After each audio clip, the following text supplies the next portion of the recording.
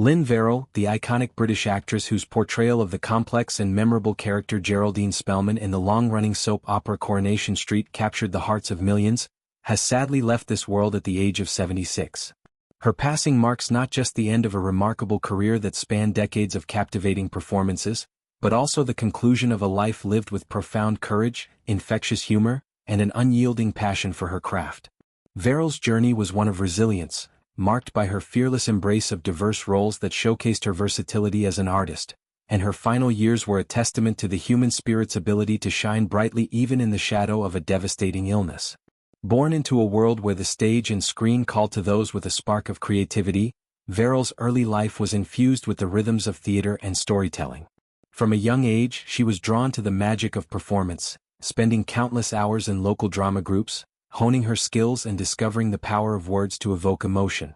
Her breakthrough came with Coronation Street, where she stepped into the shoes of Geraldine Spellman, a character whose sharp wit, hidden vulnerabilities, and tangled relationships with the residents of Weatherfield made her an instant favorite.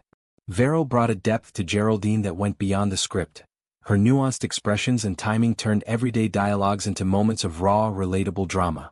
Fans still recall the episodes where Geraldine's secrets unraveled, pulling at the threads of the show's intricate web of community life, and how Verrall's portrayal made viewers feel every heartbreak and triumph as their own.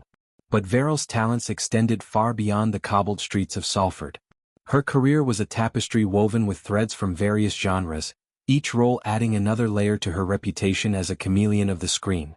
In the medical drama Doctors, she embodied a no-nonsense surgeon whose bedside manner hid a well of personal sorrow, delivering monologues that explored the toll of healing others while one's own wounds festered. The character's arc, fraught with ethical dilemmas and quiet revelations, allowed Verrall to delve into themes of empathy and exhaustion, drawing from her own observations of the healthcare world during research trips to hospitals. Her performance earned her quiet acclaim from critics who praised her ability to make the procedural format feel profoundly personal. Equally compelling was her stint in the period mystery series Father Brown, where she played an enigmatic parishioner entangled in the shadowy intrigues of a quaint English village. Verrall's character was a masterclass in subtlety, a woman whose demure exterior masked a calculating mind, leading to twists that kept audiences guessing until the final reveal. The role demanded a blend of poise and intensity, and Verrall delivered with scenes that crackled with unspoken tension, particularly in her confrontations with the unflappable priest. It was this versatility that endeared her to directors and co-stars alike. She was the actress who could pivot from lighthearted banter to gut-wrenching confession without missing a beat. Not to be overlooked was her appearance in the gripping ITV drama Innocent, a tale of wrongful accusation and redemption that showcased Verrall in one of her most vulnerable roles. As a supportive yet flawed family member, she navigated the labyrinth of legal battles and fractured loyalties, her eyes conveying a storm of unspoken grief.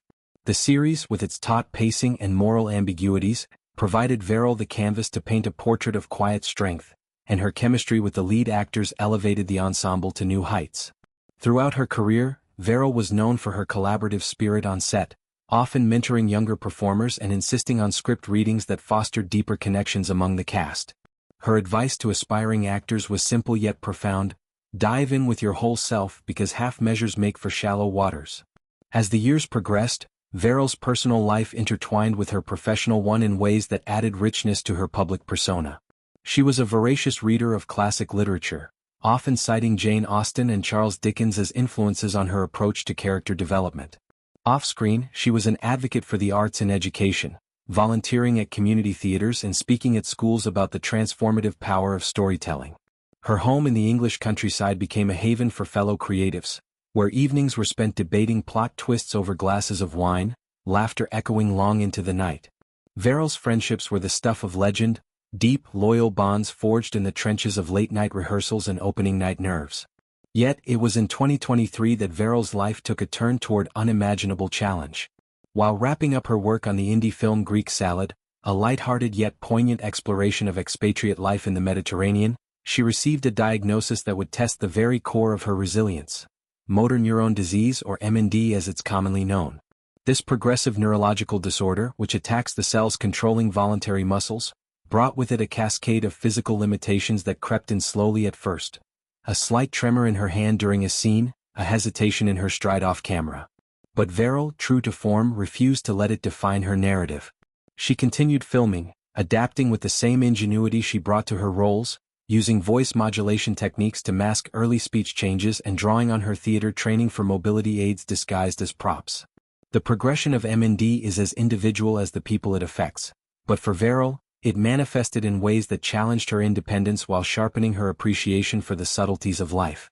Simple joys became profound: the warmth of sunlight on her face during garden walks, the cadence of a favorite poem recited by a friend, the shared silence with loved ones that spoke volumes. She relocated to Paris, a city she had long adored for its bohemian spirit and artistic heritage, seeking both medical expertise and a fresh chapter.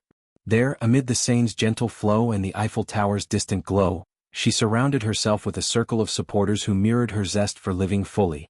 Her agent, a steadfast ally through countless auditions and triumphs, reflected on Verrall's philosophy. She was always eager to experiment with new characters, to evolve and absorb the lessons each performance offered. Life to her was the ultimate role, one to be embraced wholly, flaws and all.